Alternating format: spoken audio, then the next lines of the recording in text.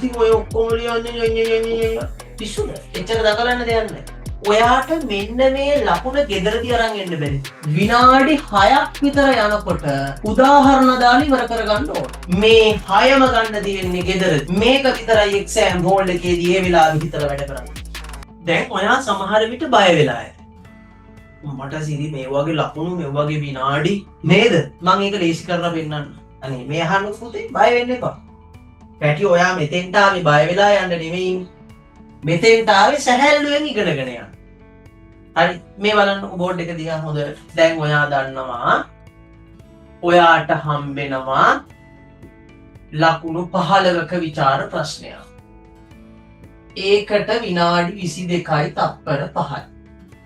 ඔයාට හම්බෙනවා ලකුණු 10ක විචාර ප්‍රශ්නයක්.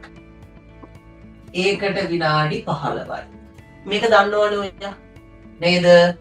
දැන් කියලා දුන්නානේ. දැන් ඔයා දන්නවා විචාරයක් ලියන්නකොට මෙන්න මේ දේවල් ලියන්න ඕනේ කියලා නේද? මොනවද? අනේ ආරම්භයේ ලියන්න ඕනේ නේද පුතේ? ඊට පස්සේ විචාරයක් ලියනකොට උදාහරණ ලියන්න ඕනේ.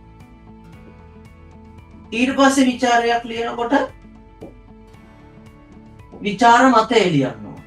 ඊට පස්සේ විචාරයක් ලියනකොට අවසානයේ ලියන්න ඕනේ. දැන් ටක්කාලා මාත්‍රික කියන්නේ ආරම්භයට ලියන්නේ. ඒ රචකයා ගැන, ග්‍රන්ථය ගැන, අරමුණු ගැන, රචක නිර්මාණ ගැන, වස්තු විෂය ගැන ලිව්වා. උදාහරණ කවියකින් නම් කවි 4යි, ඡේදයකින් නම් ඡේද, නැත්නම් නව කතාවක, කෙටි කතාවකින් නම් ගද්‍යයකින් නම් උදාහරණ 4යි. විචාර මතය දීලා තියෙන ප්‍රශ්නයට අනුව අවසානයේ සම්පූර්ණ විචාරයම බලනවා. මොනවද අවසානයේට එන්නේ? අකුරු පැහැදිලිද? ලස්සන නෙමෙයි පැහැදිලිද? ලස්සන නෙමෙයි පැහැදිලිද? බෝල අකුරු ඕනේ. කියව ගන්න පුළුවන් අකුරු තියෙනවා. ඡේද බෙදලාද? පද බෙදලාද? අක්ෂර වින්‍යාසයේ තියේද? විරාම ලකුණු යොදලාද? භාෂාව ලියලාද? මේ ටික බැලුවා. හරිද? දැන් ඔයා බය වෙනවා. ඉතින් ඔය ඔක්කොම ලියන්නේ පිස්සුද? එච්චර දකලන්න දෙයක් නැහැ. ඇයි? මේ ආරම්භය ඔයාට ගෙදරදී පාඩම් කරන්න බැරිද? ඔයාට පාඩම් 16යි ඕ ලෙවල් වලට. ඒ පාඩම් 16ෙම කහපාට තීරුව ටිකක් කියවලා ෂෝට් නෝට් එකක් හදාගන්න බැරිද? පුළුවන්. එතකොට මෙතෙන්ට හම්බෙන්නේ මොන දැන් ලකුණු ප්‍රමාණයක් අපිට 8ක් ගාලා ලියනවා. ආරම්භයේට පුතා ලකුණු මෙතනින් විනාඩි ගාන මම ඕනේ. ආරම්භයේට ලකුණු 1යි. ඒ කියන්නේ විනාඩි 1.5යි. ඔයාට මෙන්න මේ ලකුණ ගෙදරදී අරන් එන්න බැරිද? හොඳට පාඩම් කරලා එනවනම් ඒ වෙලාවේ ඔළුව කහ පාඩම් කරන්න දෙයක් නෑ. ඇයි? ටක් ගාලා ඕනෑම ਵਿਚාරකින් ඔයාට ආරම්භය ලියලා ඉවරයක් කරන්න පුළුවන්. ඔන්න ඒක ගෙදරදී දැන් උදාහරණ පුතේ 4ක් දාන්න ඕනේ. එක උදාහරණයකට ලකුණු 1 ගානේ උදාහරණ 4ට ලකුණු 4. ඔයා දන්නවද? ඒ ලකුණු 4ට විනාඩි කීයක් දෙනවද? එහෙම නැත්නම් මේ විනාඩි කීයකින් මේ උදාහරණ ටික දාලා ඉවරයක් කරන්න ඕනේ. සාමාන්‍යයෙන් ඔයාම ගුණ කරලා බලන්න. නේ 1.5 ගුණ කිරීම 4. විනාඩි 6ක් විතර යනකොට උදාහරණ දාලා ඉවර කරගන්න ඕන. එකකට විනාඩියක් ඇති උදාහරණයක් දාලා ඉවර කරා. එතනින් එහාට යන්න බෑ කියලා හිතන්නකෝ. හරි. ඔයා උදාහරණ දාන්න වෙලාව අඩු කරනවා කියන්නේ ඔයාට විචාර ලියන්න වෙලාව වැඩි වෙනවා. නේද? හොඳට කවිය පාඩම් නම් හොඳට උදාහරණේ පාඩම් නම් උද්ෘතයේ පාඩම් නම් S2 පිය මතක් කරන්න දෙයක් නැහැ. ටක් ගාලා දැම්ම ඊළඟ වැඩේට ගියා. හරිද? එතකොට කවි පාඩම් කරන්නේ විභාග හෝල් එකේද පුතේ? කො බලන්නකො මෙහෙ බලන්න. කො අවධානය දෙන්න මෙහාට. විභාග හෝල් එකේදීද කවි පාඩම් කරන්නේ? උද්ෘත පාඩම් කරන්නේ? නෑ. කොහෙදද පාඩම් කරන්නේ? ගෙදරදී. එහෙනම් උදාහරණ 4ම පාඩම් කරන්න තියෙන හෝම්වර්ක් එකක් ගෙදරදී. දැන් පාඩම් කරන්න ඕනේ ඔයා. අන්න එතකොට ඔයාට වැඩේ කොට. තව එකක්.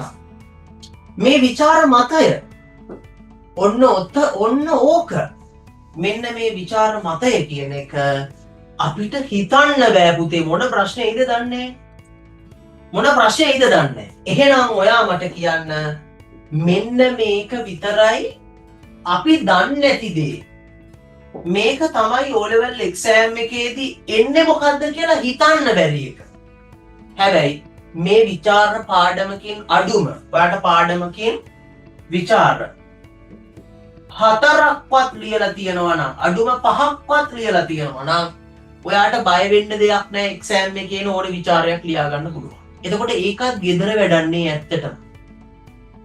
හැබැයි මේ විචාර මතයට කීයක් දෙනවද ලකුණු 6ක් දෙනවා. මේ විචාර මතේ යනකොට ලකුණු 6ක් දෙනවා. විනාඩි කීයක් දෙනවද?